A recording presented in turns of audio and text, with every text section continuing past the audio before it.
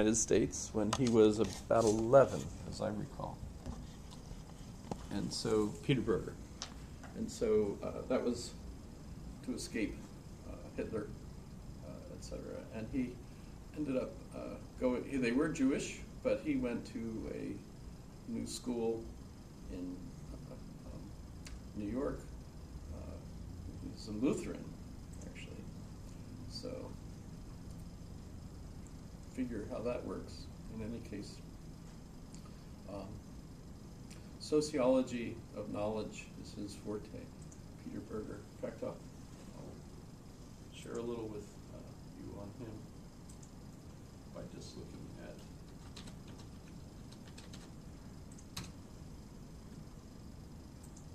the basic.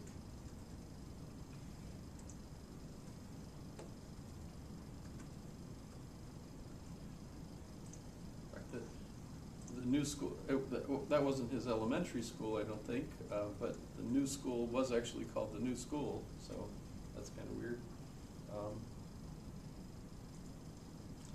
The Social Construction of Reality was the book I read second. The first book was Invitation to Sociology, which I actually assigned myself to Intro to Sociology that I gave for APU years ago for their early honors program, which was interesting. But in any case, that was one of the first books I was assigned to read of his, and I liked it so much I went out and I found in the bookstore, the college bookstore, The Social Construction of Reality, which was a heavier duty version of the same kinds of topics and everything, which is just, you know how sometimes philosophy blows your mind? That was one of those books. And it's still actually, it's actually odd because when I bought it, it was $1.98. When you buy it today, it's like 15 something. You know how that happens, right? But let's see if I can go to the list of his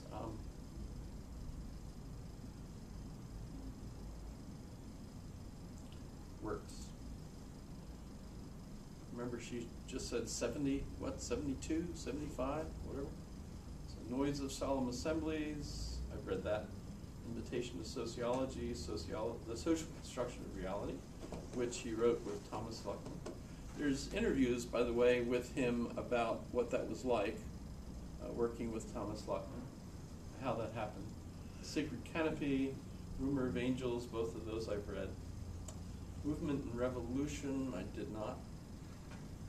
I didn't read this either. The Homeless Mind, I've got that. Pyramids of Sacrifice, yes. So the heretical imperative is hilarious, interesting, fascinating. In fact, I might have even mentioned it. I love pointing out that as Americans, you are all heretics. It's the heretical imperative, you see, that he points out. The meaning of heresy is believing you have free choice in what you believe. That's what heresy is. And as Americans, the government asks you, what's your religious preference? Which automatically makes you a heretic because you answer the question and you write down which one is yours, even if you have none. Just choosing that, you think, that makes you officially a heretic as far as religions that say you're not allowed to think for yourself, you have to believe what the church tells you. Guess what? That makes you a heretic. That's the heretical imperative. You can see redeeming laughter. Oh my goodness, some of the best jokes are in there, and they're religious jokes, and Jewish jokes. So it's hilarious and so on. I've used them actually, even in church presentations, and made people like the whole congregation all laughed. I was like, yes, because that's not my joke, but Peter Berger's, and it was great. I used one to introduce Dr. Richard Gay, who was going to speak at the fellowship, and oh my goodness, it was just perfect for that occasion. However, you get the idea. He's a favorite for good reason. So, okay. So that being said, I forget if I turned that on. let me read a bit from here. And I also brought this, which, because he said some things that I was like, whoa, that's not what I remember. So I brought, this is like a theology textbook, Alistair McGrath. This is the 5th edition. So I used to lend out my earlier, I had an earlier edition, but it's gone. I don't know what happened to it. Someone didn't bring it back. So I'm not going to lend, no one gets the new edition. Because, unless they go to Barnes & Noble and get it themselves. you know, I don't know where did I get this from? I'm sure you can Probably find Amazon. Yeah, it's Amazon available. have it. it. Amazon and or I think I'm on their Barnes & Noble. list. I think they like email me and say, the new edition is out. Do you want one? You know, something like that. It's not like I teach theology, but they think I do. I want the first edition Beatrice Potter books. Oh, I bet you would have to go to the museum to get those. Yeah, then I can retire. But, so the first printed Greek New Testament was produced by Erasmus, 1516. I told a lady in a store once when she said something about the Bible, they had the Bible, etc., and I looked at her and said, they didn't have Bibles then. What I meant was, like printed, like the kind of Bible carry. And she looked at me like, it was just so startled. That, she says, oh, I'll have to check on that. Go ahead. I don't know who she's going to ask, but it was just one of those weird Everything was in rolled up line in the grocery store, Tongs. kind of thing. made out of parchment. Council of Trent, etc. Well, but the reason I have it is because of what he says in this chapter that we were talking about last class, if you recall, where I talked about the Nicene Council, the argument between the Arians, not the Arians, yes, well, the Arians, but not the Aryans that is a mythical, non-existing race of beings that Hitler thought was like, that's who we want to be, that one. This is called the Aryans because of the theologian who argued for a particular point of view regarding the nature of Jesus, and Athanasius, who was the one that won the argument and is still officially Orthodox, but, according to Ross, not gone. And in fact, our current pope is an Arian. Is that scary? No. That's why it's to change the church. He's arguing that the pope is a heretic. Is that possible? Well, actually, the pope thinks you are. He feels like he's the one and he's the Holy Father in charge of every human being and rabbits, because they're busy laying chocolate eggs right now, so they're part of the church. That was a joke, just in case.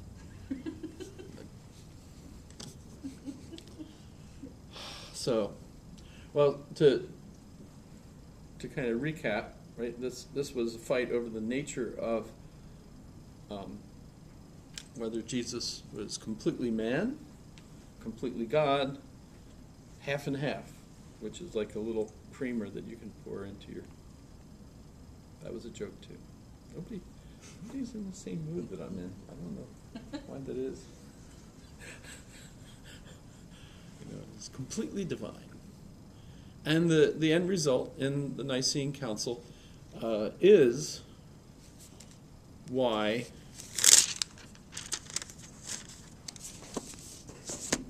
I don't know if you're a Christian. You don't have to be anything to be in this class, actually. Human, student of, oh gosh, did I put a bookmarker in? Dang. It looks like you have something, Oh, I do have a, but is that what you wanted to? no, that wasn't the place. How did I know? Well, and I did try to do this the other day, and that was to pull up the Back to Google. Nicene.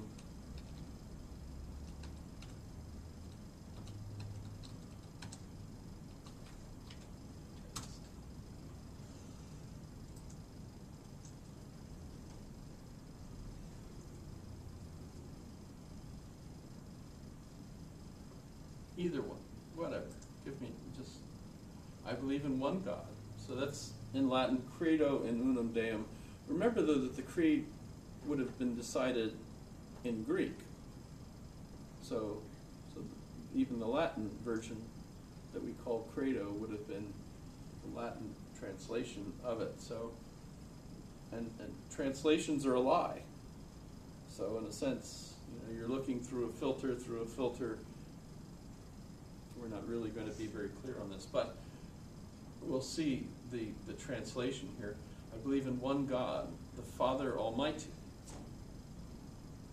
There's all kinds of problems there, because if he's a father, generally speaking, you need a mother. Why is she not God? Also, think about it, this is pretty basic.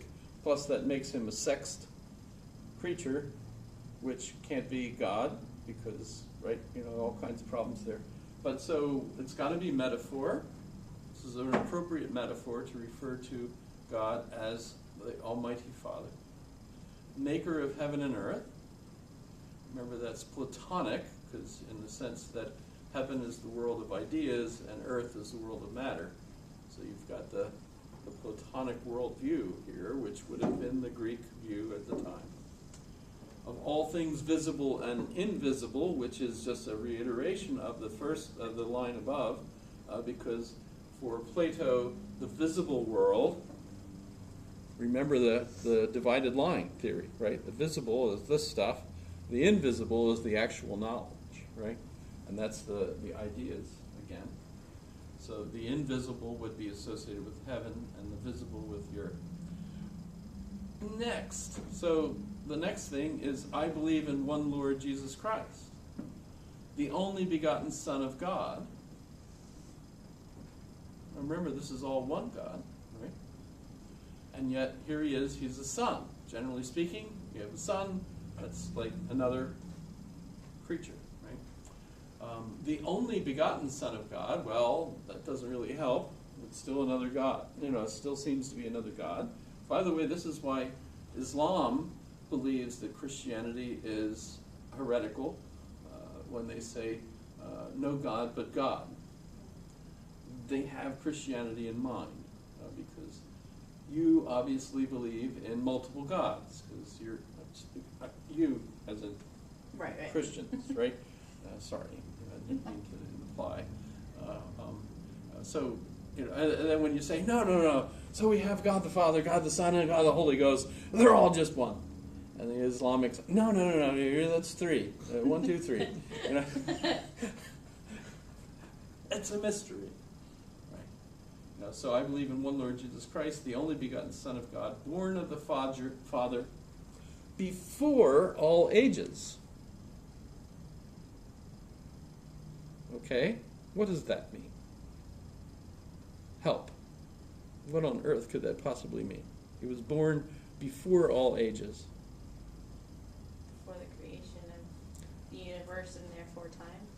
Exactly. So somewhere out in space, this baby's floating around, waiting for the earth. And of course, what does that mean? And Mary is sitting there going, whoa, what was that? No wonder it was, sexless. This is, just, kind of like Monty Python would do that. You've probably seen it even, right? Where the, and then, and then the baby comes out and the movie starts, So, that's just weird. But yes, exactly what they're trying to do is establish that even though he's the Son, in some sense he always was.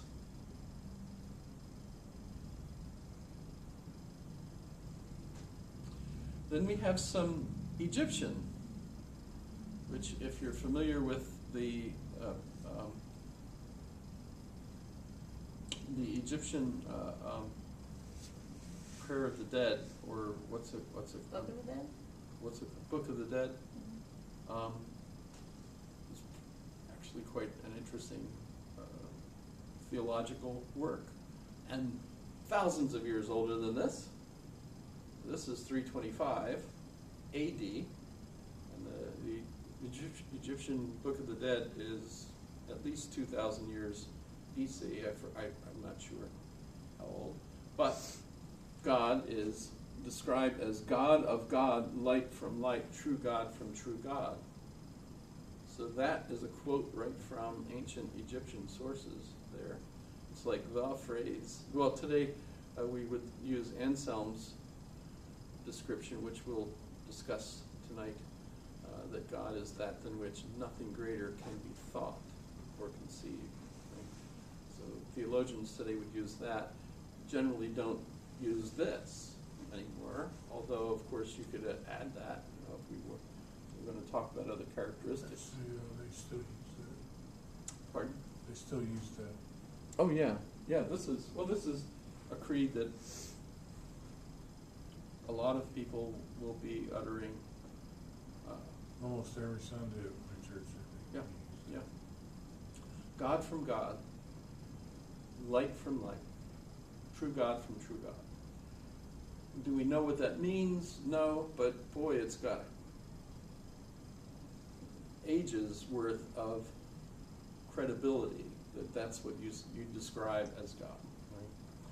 That begotten, not made. So this is still describing the Son.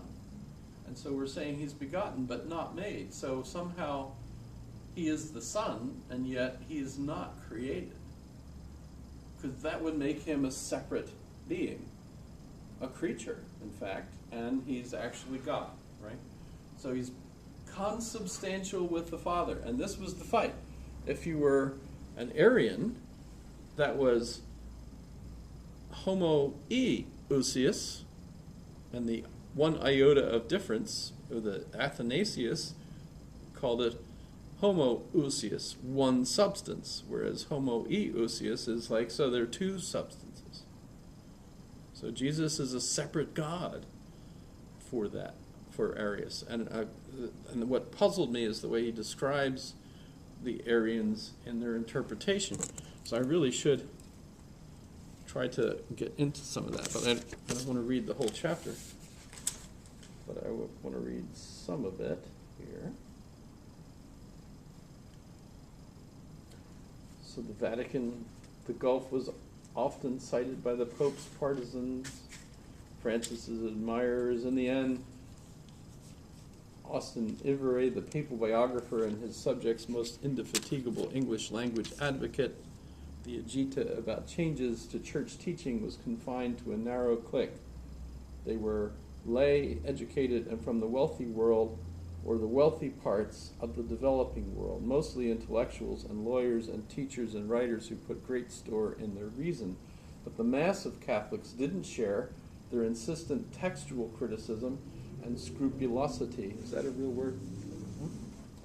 Even as they insist that there is a debate to be had, a case to answer, a matter to be settled, the train is leaving the station and they are left on the platform waving their arms.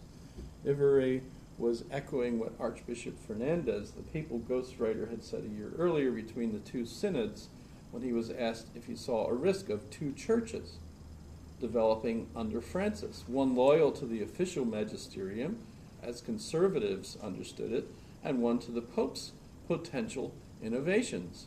The Archbishop was dismissive. There's a schism when a group of important people share the same sensibilities that reflect those of a vast section of society, he said. Luther and Protestantism came about this way, but now the overwhelming majority of the people are with Francis and they love him, even though he's being described as a heretic in this, right? His opponents are weaker than what you think. Not pleasing everyone does not mean provoking a schism. There was some truth to these points, etc., etc., etc. So the crisis for the time being was clearly an elite battle, not parish by parish trench warfare, etc., right? And by the way, the source for this came from his essay or encyclical, a letter titled On Love, Amoris, right? Okay, so the heart of this vision, I did underline. Right? The heart of this vision, appropriately for an idea with such strong support in Germany, was Hegelian. The idea that God's revelation was perpetually unfolding in history and that therefore it was a mistake to consider Catholicism a closed system in which questions were settled permanently. So it's a dialectical process that we keep, right? Yeah. The liberal Protestant line, never put a period where God has put a comma, was the basic presupposition for this liberal Catholicism as well. Nothing save Christ's divinity, and not necessarily even that could be closed to debate, and the message that the church was called to preach in one era might be very different in the next, etc. So this idea is not new to the Francis era. It was woven into so they go. He does that, and he does this too. He talks about kind of the history of how this debate constantly keeps arising because of intellectuals tend to want to say, "Hey, this is too mysterious. This makes no sense." Let's face it, Jesus was a separate individual, and what kind was he, etc. So that's kind of interesting. I got some more underlines. Let's see what they were. I forget. Only in the late 4th century, after the Emperor Julian's pagan interregnum and another round of pro-Arian efforts by one of his successors, Valens, did the Orthodox Emperor Theodosius, Theodoric is the emperor that kills Boethius, did the Orthodox Emperor Theodosius ratify and enforce the Nicene position once again. Theodoric was an Arian, whereas Boethius was an Athanasian, follower of Athanasius. I don't know what, Athanasian, I don't know what you would call it. The highways were covered with galloping bishops, carrying letters back and forth, arguing over this. I'll read it. The summary skims over a controversy in which theological distinctions were parsed exceedingly finely, and as one pagan writer sniped, the highways were covered with galloping bishops. But for the purposes of contemporary analogies, a few points stand out. First, while the details of the theological arguments could get esoteric quickly, which, by the way, I apologize if you weren't expecting to come in and get into the nitty-gritty over exactly how theologians consider the nature of Jesus, on Good Friday, which is, how appropriate. Let's murder Jesus today in reminiscence. Reminiscence? That's not the right word. Reminisce. Remembrance? I'm getting old so fast. Wow. Okay, so this appeal explains why Arian ideas have returned under various guises in many eras. John Milton in England, by the way. I just recently read that Milton was inspired by Galileo. When he was 30, he visited Galileo in Italy and started the Europeans being interested in visiting what they called the Grand Tour, etc. And so Paradise Lost, in a sense, was written inspired by his visit to Galileo, and actually quotes and critiques Galileo's concepts in a couple places in that 10,000-line poem. If you're familiar with Paradise Lost, ever had to study that? It's horrible. But yeah, it's there. So, but nonetheless, if Liberius did not fully succumb to Arianism, the papacy was certainly not orthodoxy's greatest champion either. That honor belongs to Athanasius of Alexandria, bishop of that city for 45 years. and memorialized with the phrase Athanasius contra mundum, which is Athanasius against the world, for the 17 years he spent in varying periods of exile, ordered by 4 separate emperors, etc. But the turbulent and disputatious Athanasius and his allies, among them Saint Hilary of Poitiers, however you say that, the Athanasius of the West, that's male, even though Hilary sounds sometimes female, although not necessarily if you're a presidential candidate and wear pants, so she came across as very masculine in a lot of ways.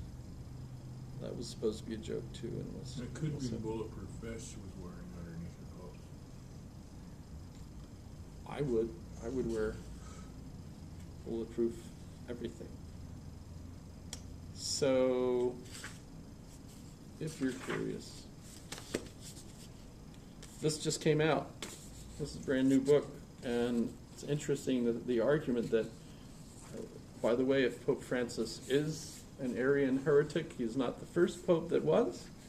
There's actually at least 2 others. One of the ones in the schism that was one of the Avignon popes. In fact, the first one was interpreted as an Arian pope, and there was another one, I forget. So that's an ongoing issue, and as we're looking at it today, do I need to finish this? So through him we're made, for us men are for our salvation. Jesus came down from heaven. So, I mean, of course, he was, by the Holy Spirit, was incarnate, made meat, right, of the Virgin Mary, and became man. For our sake, he was crucified under, I always heard Pontius Pilate, but I've heard also Pontius Pilate. He suffered death and was buried and rose again on the 3rd day in accordance with the Scriptures. And by the way, that's also Roman law. If you didn't stay buried for at least 3 days, you weren't really dead. They had actually historical reasons for burying someone, and then the person would like, hey. So there were issues over knowing exactly whether someone was dead or not. I think that's why the Irish, there's a thing called a wake, where you have the friends come over and everybody's eating and the body's lying there on the table, and if they wake, then they're okay. They were just knocked out because of. And the hypothesis you've probably heard is that if you're drinking wine out of pewter goblets, you get the lead into the wine, and drinking the lead can knock you out for a day or 2. Once it purges from the system, you can wake back up again. So the Romans had the same problem. They used a lot of lead, even in their pipes and stuff.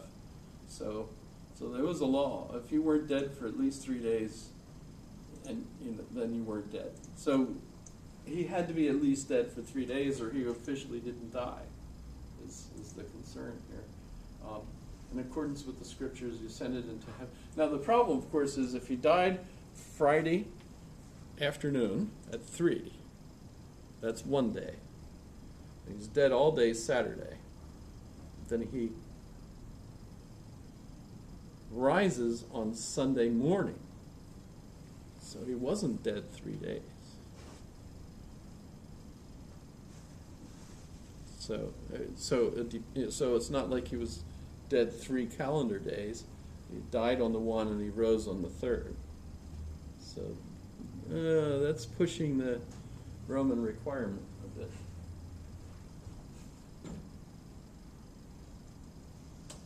And you get that. And of course, then in comes the Holy Spirit. I think I mentioned, though, that the neatest explanation of the Trinity that I've read was by Pope Benedict XVI, the one that's retired now, and so ex Benedict. I love that joke. Eggs Benedict. Was that if we think of it as a linguistic issue, we need at least three different linguistic contexts when we refer to the absolute, the divine. The one is with regard to where everything came from. And in that sense, the tradition is to refer to God as God the Creator, God the Father, maker of all things, whatever you want to say about that. That's the vocabulary we use for that issue. The second concerns this personal dilemma, which if you were watching the Boethius video that I played before, and I'll post, got into his Consolation of Philosophy as him coming to this conclusion slightly differently than Augustine, who we have talked not nearly well enough about as considering his importance, was that God in some way is a personal, caring kind of God. So we need that too. We need not just to know that, oh, well, okay, the reason everything is here is because something made it. But we also need to know that whatever that was cares for us specifically, so that in a sense we have a positive outlook on what life is all about, that it's meaningful, that it cares for us, that despite all the horrible things that happen, it's all for a good reason.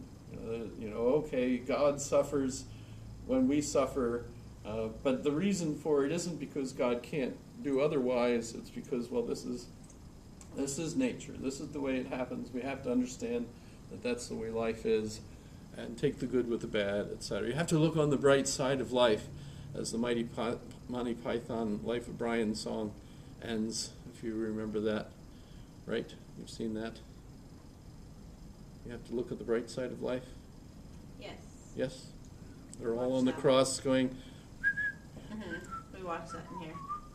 right, yes. That's why I say, hey, that is a Christian theme. It's not exactly the right solemnity to present that, I think. Which irritates a lot of bishops and stuff. But when you get right down to it, yes, that's kind of an odd way of presenting it, but the Christian point of view is that, okay, life might seem to be full of shit when you think of it, as the song goes. But it's actually positive. So it's, a positive thing. Au contraire to the Buddhist view that life is full of shit and the only way out of it is to just completely escape it, right? So in that sense, Pope Benedict argues that the main difference between Buddhism and Christianity is that Christianity believes in the God as an other, unlike Buddhism, and therefore then there's a caring concern for us in the universe. Buddhism doesn't have that. So in a sense, there's no spiritual uplift associated with Buddhism, unlike Christianity, where good is actually the whole point.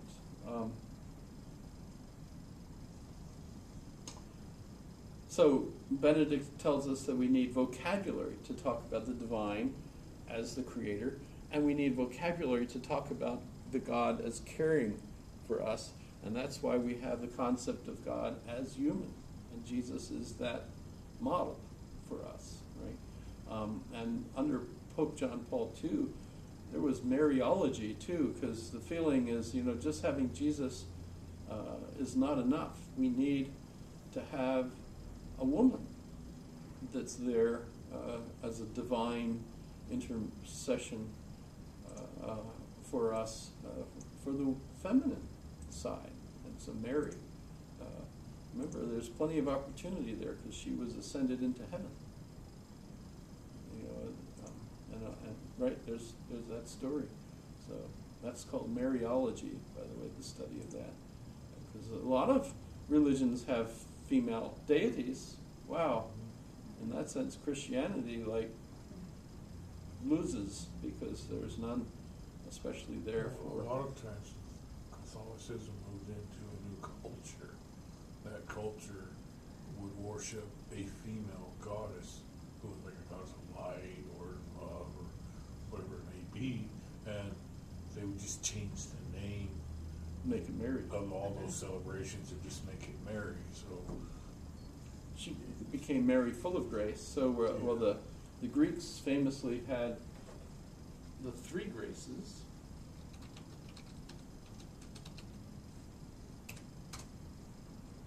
Did I show you any images of them? I mean, there's tons of these. Any artist worth his salt has to paint three naked women dancing around.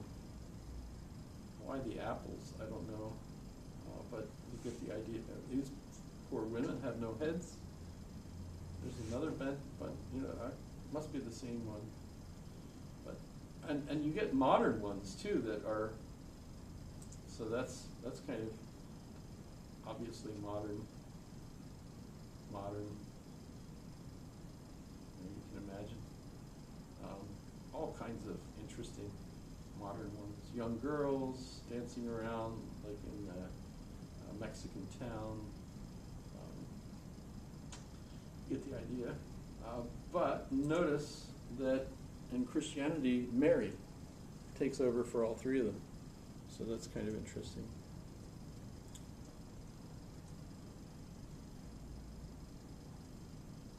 But there you get the Greek version of the graces. These are the ideals. Why there are three for females? I mean, of course, the ideal mother, wife would be all three. So it's not like you've got to marry three wives to have, you know, the perfect house or anything like that. Right.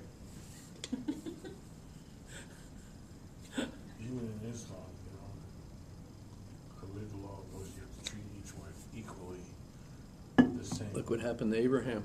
You know, that was just two. And there's still Palestinians and Israelis. Sibling rivalry. So where am I here? So Boethius.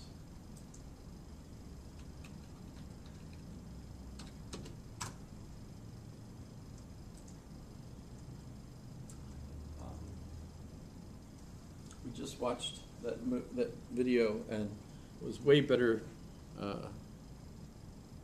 than I even knew was available out there. And it looks like there's other ones too. I'd love to watch the AC Grayling one. I probably will this weekend once I get the chance. But I haven't watched it yet, so I don't know if I should link to. But I can't imagine AC Grayling not being fantastic on that.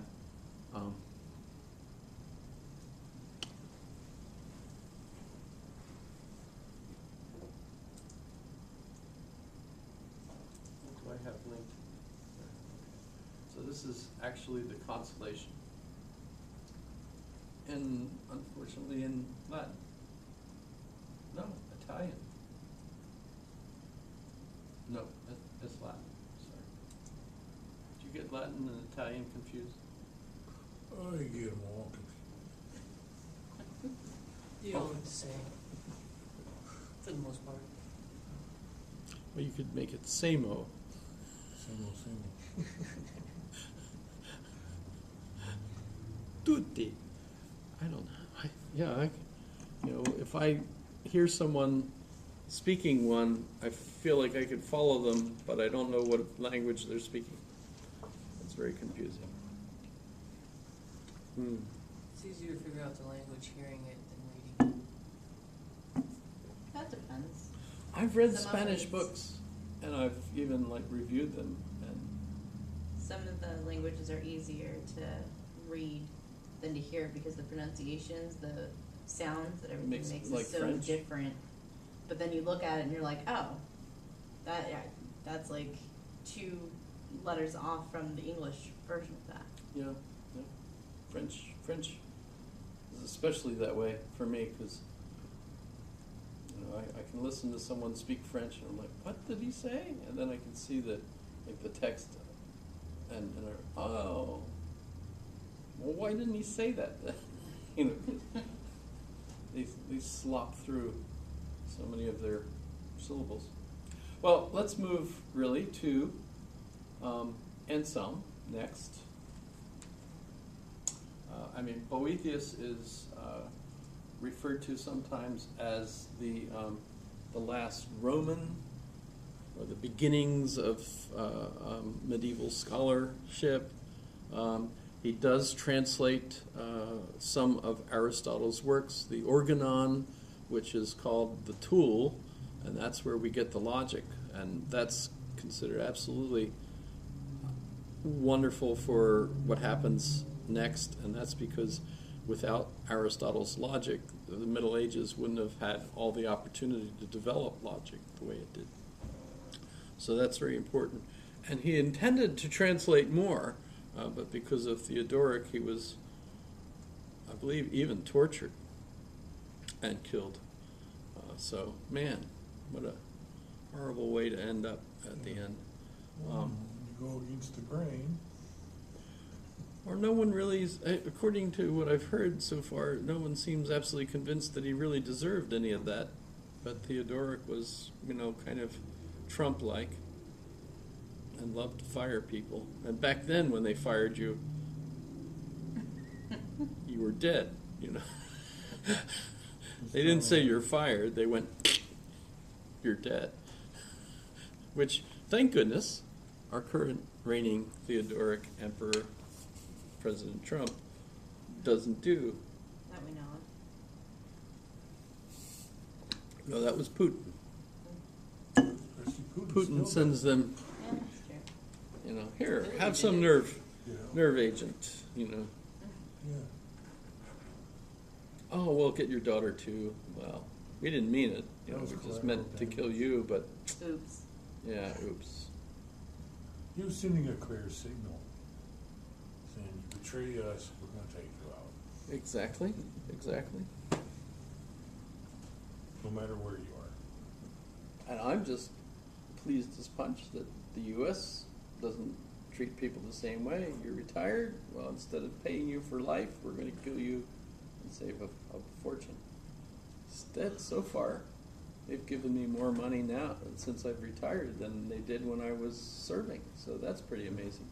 I'm still waiting for that letter saying, "Do you have these symptoms?" Remember, military personnel are like guinea pigs for every new drug and miracle thing that comes out. I'm still such a guinea pig because all my medical care comes from the hospital here. It's one of the reasons I'll never leave Alaska, because if I move anywhere else, I'm going to be part of this veterans, issue. How do we take care of these people? Here, there's no problem. I just go into Elmendorf and they say, "Here you go. You want more medicine? Oh, yeah. Here you go." Very convenient. Oh, it's But they hand you a bunch of mulch and make sure you eat. If you're going to run out your kidneys. yeah. I've got high blood pressure and I don't know why. Because I'm on 3 different medicines for it. So it's like my hypertension or Are they whatever for high it is. blood pressure? Yeah. I don't have anything else wrong with me except, well, I eat too much. And not exercise enough. Well, this is only 18 years old for me, so it's still teenager. I wasn't the fat kid. I'm like the guy in the new commercial that says, "You want some deep fat fried butter?" Yeah, And his like stomach like rips out of him and hops down and walks away. Who'd have thought these are bad for you? And the answer is, Yeah. everyone. All right. So Boethius. Boethius is important. But Anselm, now, we're skipping way the heck. So Boethius, 5-something AD, and now we're at 1033. So we just hopped 500 years, roughly, maybe 4.5 years. Anselm, absolutely fascinating life. He's Italian.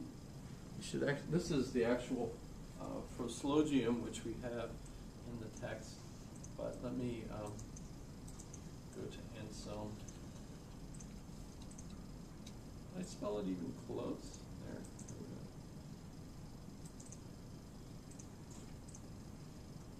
go. So he's Italian, so you're wondering, but Canterbury, isn't that like where the Archbishop? Yes, he was appointed the Archbishop of Canterbury.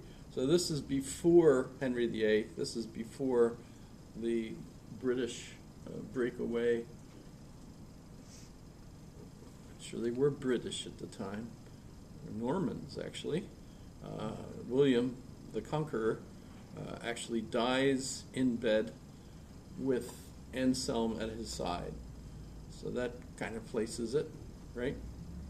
And part of the reason that Anselm has so much trouble with King Henry and Henry's son Henry, you know how they do that, is that the Normans conquered the Saxons and beat the crap out of them and want to take everything. I'm sure you're familiar with that kind of syndrome. And of course the Saxons don't want them to have everything, and so there's lots of infighting between the Saxons and now their Norman overlords. Make for great movies with Charlton Heston actually in it, if you've ever seen that one, where he decides he likes the young lady, more than the young man who wants to be her husband, etc.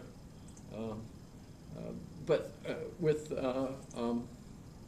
Anselm being an educated bishop, he's concerned about all the people, and so he stands in the way of Henry doing whatever the heck he wants, because he's actually trying to fight for the Saxons' legal rights, and of course that pisses Henry off, which is a technical term, a legal technical term, pissing off the king.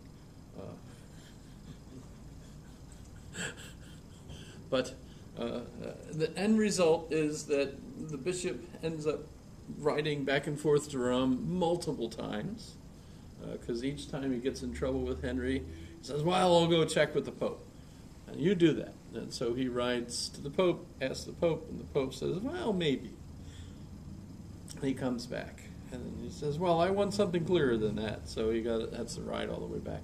So you might not think that the Archbishop of Canterbury, would spend so much time on the road, but I think he went back and forth like 4 or more times, and each time, there's no highway, and they didn't have the channel, so this was quite a performance, really, to do that.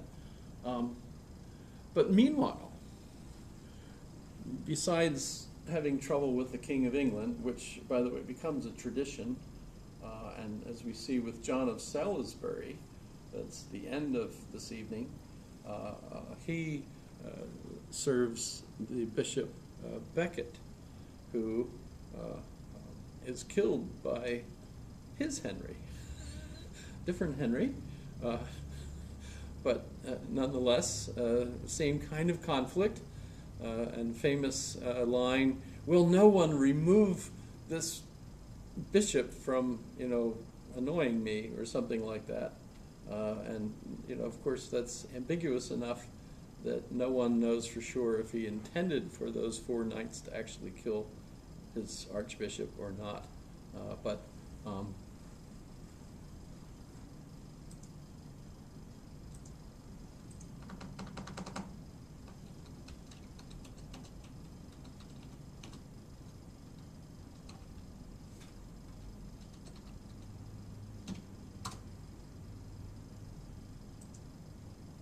why is this the best scene?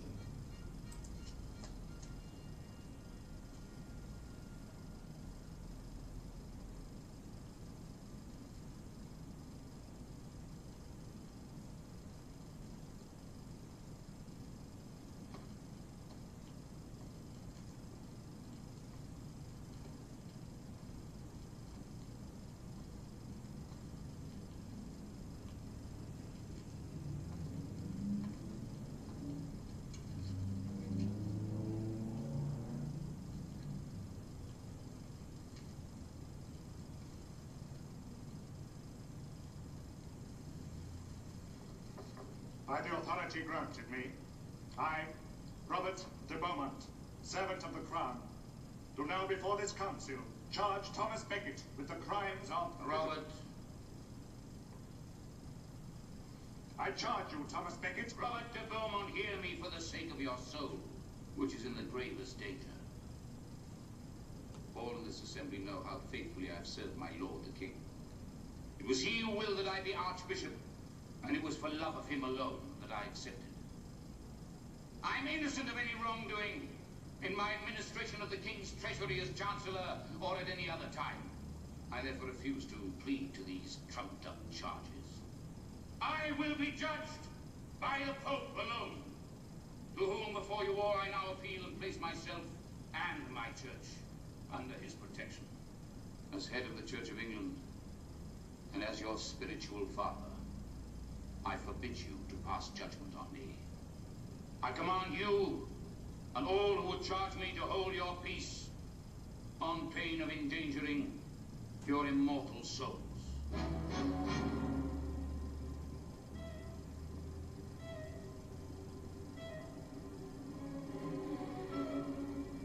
Well played, Thomas.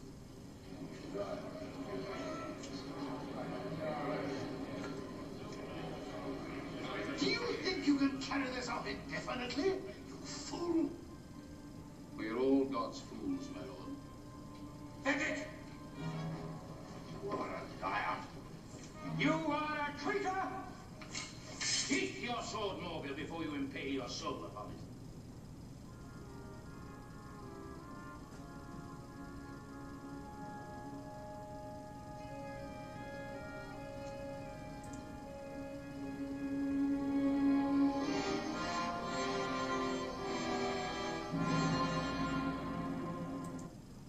There's Peter O'Toole. Peter O'Toole and Richard Burton. Yeah.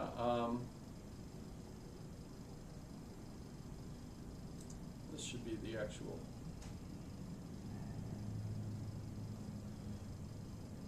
Well, this one won't let me expand it, right?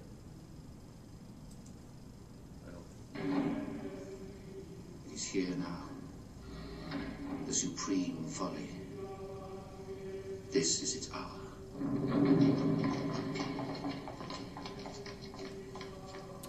According to history, it's a little bit different than the movie. I think they did actually try to keep them out. I forget. But John of Salisbury, who's the last philosopher we're looking at tonight, was present at this, and he was his assistant. So that's the tie-in. I'm using it just because I knew this is a great movie, but it goes to show that it can be tough being bishop, the Archbishop of England. One does not carry arms into God's house. What do you want? You're dead.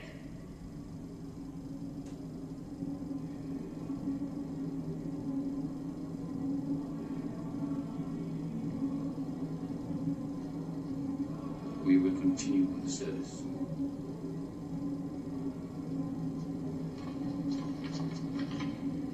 Action! Go!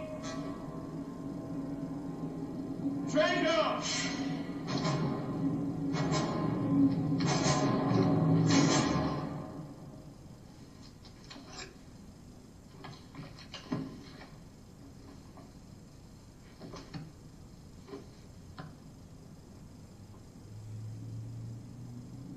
Same kind of thing the police in San Francisco do. You know?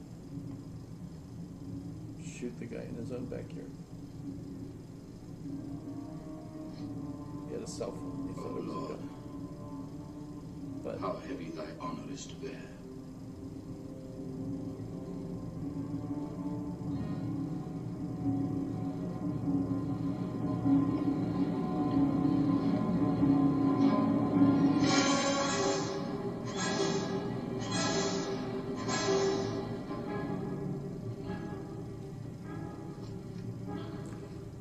there's also a play called Death in the Cathedral that's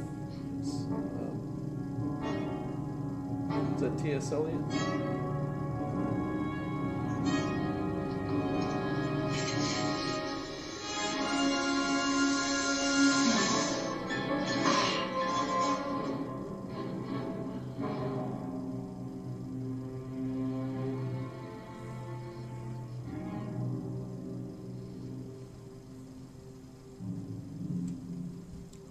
So as you can tell, a lot of the conflict is because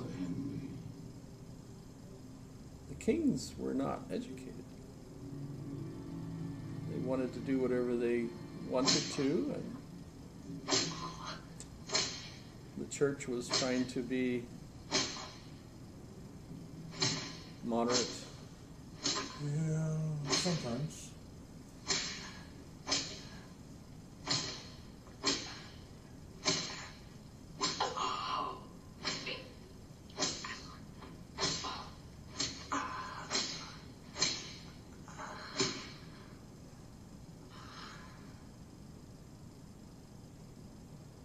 Thank you. Thank you. Yes, yes, it was all agreed. I forgive you. Pigs. Saxon pigs. They certainly wanted their money's worth.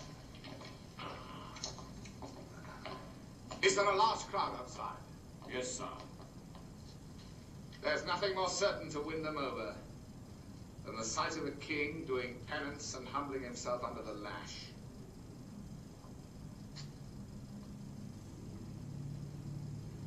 The honor of God, gentlemen, is a very good thing. And all things considered, one gains by having it on one's side. Thomas Becket, our friend, always used to say so.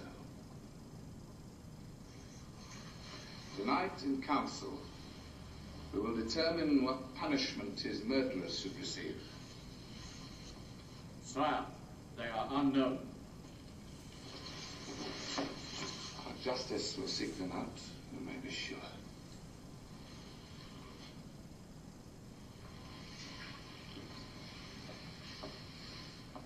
It is a time, my dear barons, for all of us to do penance.